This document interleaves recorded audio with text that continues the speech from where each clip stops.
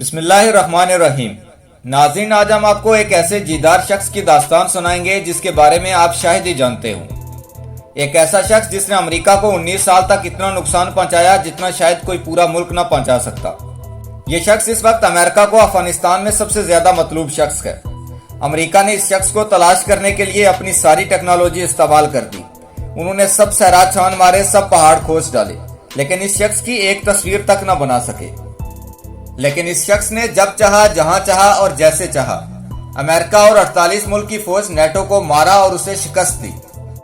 ناظرین، اس شخص کو 19 سال میں صرف ایک بار شکست ہوئی اور وہ اس شکست کا بدلہ آج تک لے رہا ہے۔ ملا عمر نے اپنے آخری انٹرویو میں ایسے ہی مجاہدوں کے لیے کہا تھا کہ امریکہ ابھی جہازوں سے بمباری کر رہا ہے، اصل جنگ تب شروع ہوگی جب امریکہ افغانی زمین پر قدم رکھے گا۔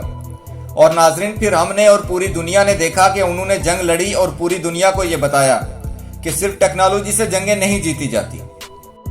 اس پراسرار ترین شخص کا نام ملا ابراہیم صدر ہے۔ ملا ابراہیم صدر 60 کی دہائی میں سنگیان کے علاقے میں پیدا ہوا۔ اس کا پیدائشی نام خدا داد تھا، لیکن جب سوویت روس نے افغانستان پر حملہ کیا تو یہ اپنے بڑوں کے ساتھ مل کر ان کے ساتھ لڑائی میں شریک ہو گیا۔ اس نے اپنا نام بھی تبدیل کر کے ملا ابراہیم رکھ لیا۔ یہ سوویت روس کے خلاف آخر تک لڑتا رہا، حتیٰ کہ روس ٹکڑے ٹکڑے ہو گیا۔ روس کے افغانستان سے نکلنے کے بعد مجاہدین کے اندر ایک آپسی جنگ شروع ہو گئی تھی، جس میں شمالی اتحاد اور باقی مجاہدین گروپس شامل تھے۔ لیکن ملا ابراہیم نے اندرونی جنگ میں حصہ لینے سے انکار کیا اور وہ پاکستان کے علاقے پشاور آ گیا۔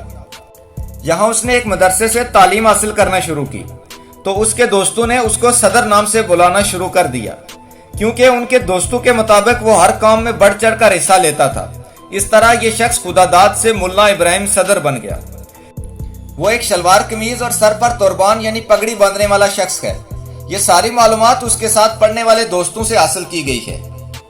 جب طالبان کے اندرونی معاملات حل ہو گئے تو اس شخص کو پاکستان سے واپس بلایا گیا اور کچھ ذمہ داریاں دینے کا تعین کیا گیا۔ تب اس کے تعلقات اور معاملات طالبان کمانڈرز بالخصوص ملا عمر کے ساتھ بہت بہترین تھے۔ انہوں نے اس کو کابل ایئرپورٹ کا ہیڈ بنا دیا۔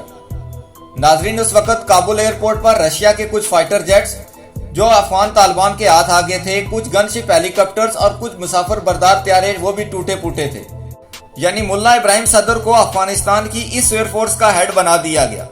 یہ وہ ایئر فورس تھی جس کے پاس کوئی سہولتیں نہیں تھی، ان کے پاس کوئی جدید فائٹر جیٹس نہیں تھے۔ ناظرین، پھر آیا 2001 اور امریکہ نے اسامہ بن لادن کے لیے افغانستان پر حملہ کر دیا۔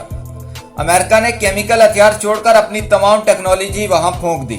وہ ایئر کرافٹ کیریئر سے آتے اور بمباری کر کے چلے جاتے، یا وہ باقی ممالک کے اڈوں سے آتے اور حملہ کرتے اور واپس چلے جاتے۔ طالبان نے تھوڑی مذمت کی، لیکن وہ جلد سمجھ گئے کہ جب تک یہ ہوا سے اٹیک کر رہے ہیں ہم ان کا کچھ نہیں بگاڑ سکتے۔ ہمارے پاس اتنی ٹیکنالوجی نہیں ہے کہ ہم ان کا ہوا میں مقابلہ کر سکیں۔ تو انہوں نے اپنی اسٹریٹجی تبدیل کی، انہوں نے پہاڑوں کا رخ اختیار کر لیا۔ لیکن ملا ابراہیم صدر کے لیے کہا جاتا ہے کہ یہ شخص آخری شخص تھا جو آخر تک لڑتا رہا اور کابل چھوڑنے پہ راضی نہ تھا، حتیٰ کہ اس نے اپنے ساتھیوں کو کیمیکل ہتھیاروں سے بچنے کے لیے ماسک تک دے دیے تھے۔ لیکن یہ اندازہ ملا ابراہیم صدر کا غلط نکلا، کیونکہ امریکہ نے وہاں کوئی کیمیکل ہتھیار استعمال نہ کیے، کیونکہ شاید انہیں ضرورت نہ پڑی، یا ان کے خیال کے مطابق ان کا مقابلہ کسی ایسی فوج سے نہیں تھا جو ان کو فضا میں چیلنج کر سکتی۔ جب طالبان رہنماؤں نے یہ دیکھا کہ ہم ان کا مقابلہ نہیں کر سکتے تو وہ ایک ایک کر کے پہاڑوں اور صرف جگہوں کی طرف نکلنے لگے، تاکہ جب وہ زمین پر آئیں تو ان کا مقابلہ کیا جا سکے۔ ملا ابراہیم صدر کو بھی قائل کرنے کی کوشش کرتے رہے، لیکن یہ نہ مانے، حتیٰ کہ ان کا جب تک بہت بھاری نقصان نہ ہوا۔ آخرکار ملا ابراہیم صدر نے شکست مانی اور پہاڑوں کی طرف چلا گیا۔ یہ ملا ابراہیم صدر کی پہلی اور آخری شکست تھی۔ اسی وقت ملا عمر نے بھی اپنی آخری تقریر کی تھی، جس میں انہوں نے کہا تھا کہ امریکہ جس طرح فضائی حملے کر رہا ہے یہ اصل جنگ نہیں ہے، اصل جنگ تو تب شروع ہوگی جب وہ زمین کے راستے افغانستان میں داخل ہوگا۔ اور اس کے بعد ملا عمر منظر عام سے غائب ہو گئے۔ کوئی نہیں جانتا تھا کہ وہ کہاں ہیں اور کہاں سے ان کا حکم چل رہا ہے، سوائے ان کے قریبی کچھ دوستوں کے۔ ملا ابراہیم صدر جب کابل سے پسپا ہوئے تو یہ ان کی پہلی اور آخری ہار تھی۔ اس کے بعد آج 19 سال تک امریکہ ان کا کچھ نہیں بگاڑ سکا۔ پہاڑوں کی طرف پسپائی کے بعد انہوں نے اپنی فوج کو پھر سے اکٹھا کرنا شروع کیا۔